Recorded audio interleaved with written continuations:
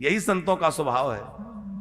उनके अंदर करुणा बहुत होती है, इसलिए वो ये नहीं देखते कि यह मुझसे कोई सहायता चाहता है कि नहीं चाहता है। संत जिसको दुखी देखते हैं उसके ऊपर कृपा और करुणा बरसा देते हैं। किसी ने कहा कि संतों का हृदय माखन जैसा कोमल होता है। हमारे गोस्वामी तुलसीदास जी तो बोले कि ना, संतों का हृदय माखन जैसा नहीं होता, माखन से कहीं आगे जाके होता है। बोले नहीं, माखन भी तो बड़ा कोमल होता है। तुलसीदास जी बोले माखन भले ही कोमल हो, पर माखन में कुछ ना कुछ खटाई बनी रहती है।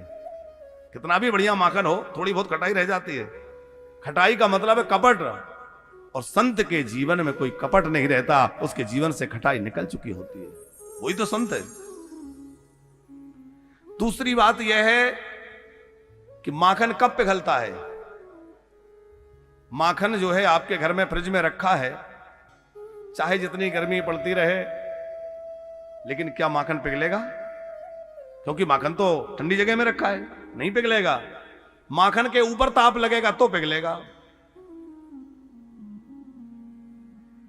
अपने पे ताप लगने पर माखन पिघलता है, लेकिन संत ऐसे नहीं होते। संत कैसे होते हैं? बोले संत तो दूसरे पर ताप लगने पे पिघलते हैं, अपने पे ताप लगने से नहीं पिघलते। माखन खुद पर ताप लगने पे पिघलेगा, लेकिन संत के पर दुख द्रवाही संतोषो पुनीता, निज परिताप द्रवै नवनीता।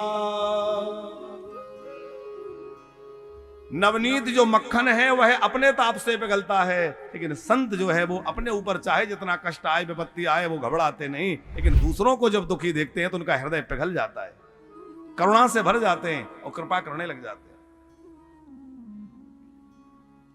एक जगह मानस में लिखा कि संत का संग जो है पारसमणि जैसा है।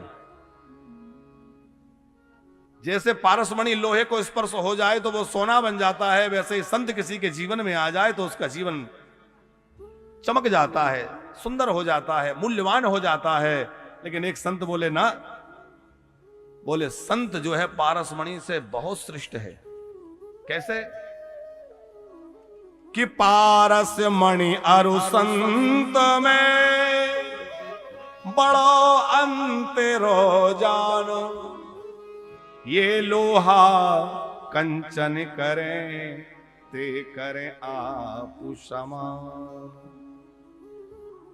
पारसमणि लोहे को सोना तो बना देगी, लेकिन पारसमणि लोहे को पारसमणि कभी नहीं बनाएगी, अपना स्वरूप नहीं देगी। किसी ने कहा भाई लोहा सोना बन गया, ये क्या कम है? सोना भी तो बड़ा मूल्यवान है। बोले देखो, मूल्यवान की बात नहीं है, बात स्वभाव की है।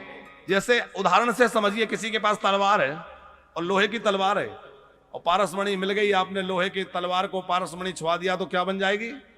सोने की।